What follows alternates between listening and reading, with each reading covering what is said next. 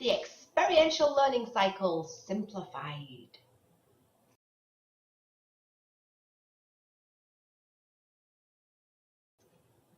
So, let's talk quadrants.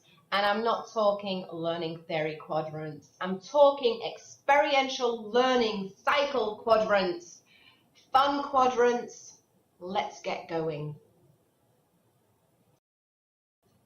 The first thing you'll learn is the 4 phases to the learning cycle and the importance of touching on each of these phases in all of your skill training sessions. Number 2, what happens to our bodies and our brains during the learning cycle? The amygdala, involved in neural networks and emotions, and the hippocampus, which organizes clear memory and modulation of emotions, need to be activated and balanced. This enhances optimal learning.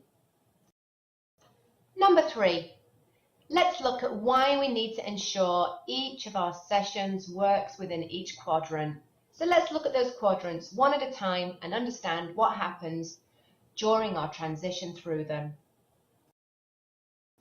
The experience. First, we immerse ourselves into it. We're drawn to it and we approach it with our whole selves. We're subjective and biased. The sensory cortex receives information via our senses, and this is then sent to the brain. As soon as the experience is finished, we begin to reflect. Almost immediately, we begin the process of filtering the experience. We filter it from behind our own eyes, through who and what we are, based on our past and our experiences. The hindbrain integrates sensory information to create images and meaning. As soon as reflection is finished, we then conceptualize. We stand back and examine what happened. We narrow our focus. We name it. We attempt to understand it, and we move towards comprehension. Active experimentation. Comprehension is not enough. We need to understand more about it. We play with it, watch it, make it work for us. Now that it's become the object, we become able to manipulate exactly what we're doing. We interact with it, we see it, we use it, we work with it. Action closes the learning cycle. It reconnects the processing inside the brain to the world. It generates consequences that create new experiences that begin the cycle again. Learning requires the resolution of conflicts between opposing forces of ideas and beliefs. These differences and conflicts facilitate the learning process. If students are to be truly competent in the skills we're teaching them, then we need to ensure they touch on all the learning cycle quadrants.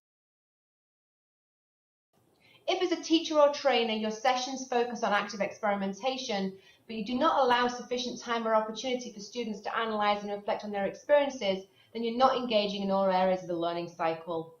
This is a model that helps empower students, helps them trust in their own experiences and gain mastery over their learning. Feel, watch, think, do, learn. Consequences. Feel, watch, think, do, consequences. The learning cycle.